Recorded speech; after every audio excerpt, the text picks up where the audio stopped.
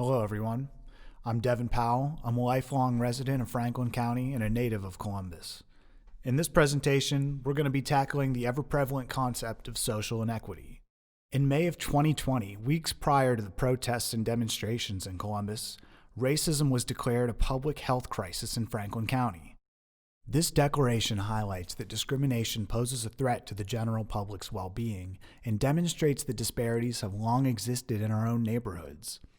Well, discrimination doesn't only exist interpersonally. It happens on a systemic and institutional level, causing social, economic, and employment disparities among Columbus families.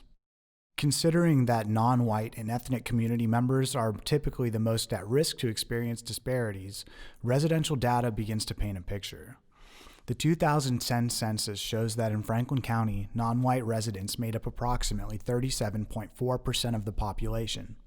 In Columbus specifically, the percentage of non-white citizens was 44.1%. The percentage of non-white citizens will most likely increase in the next census, as Columbus has become the home of the second largest Somali refugee community in the United States, numbering approximately 40,000 people in 2019.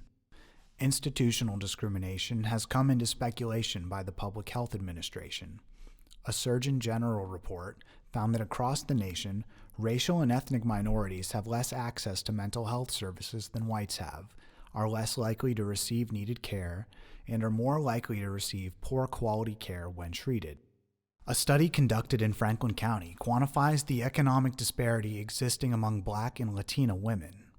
The 2019 report conducted by the Institute for Women's Policy Research found that on average, single Black women own 2 cents on the dollar compared with all single men, and single Latina women own only 8 cents.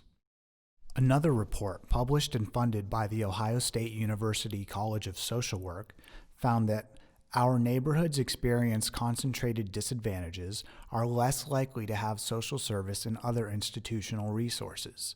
Such resources provide an opportunity for residents to come together and work toward a shared vision for their community. Researchers of The Ohio State University define social cohesion as the willingness of members of a society to cooperate with each other in order to survive and prosper. The term social cohesion ties directly into the well-being of Columbus children, families, and the communities that they inhabit, as evidenced by further research done by The Ohio State University College of Social Work, which found that higher levels of neighborhood social cohesion had higher levels of social support, lowering levels of parenting stress, and consequently, lower levels of child neglect. So we've addressed some of the disparities that exist within our own community, but what can be done to alleviate these problems? The medium of institutional change is action, but first we must be aware of what specific disparities plague our community. By increasing social awareness through public engagement, we can address the issues most relevant to our city. The National Coordinating Center for Public Engagement defines public engagement as a two-way process involving interaction and listening with the goal of generating mutual benefit. A branch of The Ohio State University, the Kirwan Institute for the Study of Race and Ethnicity, further addresses the need for public engagement in our community. Public engagement fosters understanding of the unmet needs of the most disadvantaged in our community. The MACC works towards improving the quality of life for previously underserved populations throughout the state of Ohio. The organization is known for hosting public speaking events and conferences dedicated to public awareness and education.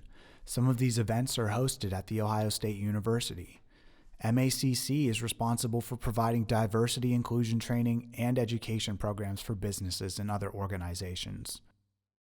It is my hope that you will follow MACC's social media pages for news and updates, show support via charitable donations if you can, and sign up for volunteer work, maybe even attend upcoming events as they occur. By supporting MACC, you can contribute to public engagement in Ohio and increase the well-being of members of our community. MACC is known for elevating the voices and concerns of the people that are most at risk to face disparate outcomes in health and social services. Public engagement is not always easy, and it is well known that social gatherings tend to create anxiety in some individuals. Social anxiety is one of the most prevalent psychological disorders. It is also important to note that we are in the middle of a global pandemic, making social engagement more difficult and requiring distanced action for the time being. According to speculation and estimates by Harvard researchers, herd immunity for COVID might not begin to build until 2022. Because of these factors, I encourage you to donate and follow social media outlets so you can support from afar and keep an eye out for upcoming events. This way, when it is finally safe to carry out acts of public engagement, you can take up the call. I'd like to end with a quote from a publishing made by Ohio State's Kirwan Institute for the Study of Race and Ethnicity. When public engagement avoids controversial topics for fear of conflict, they tend to produce the very conflict that they had hoped to avoid. Thank you for your time.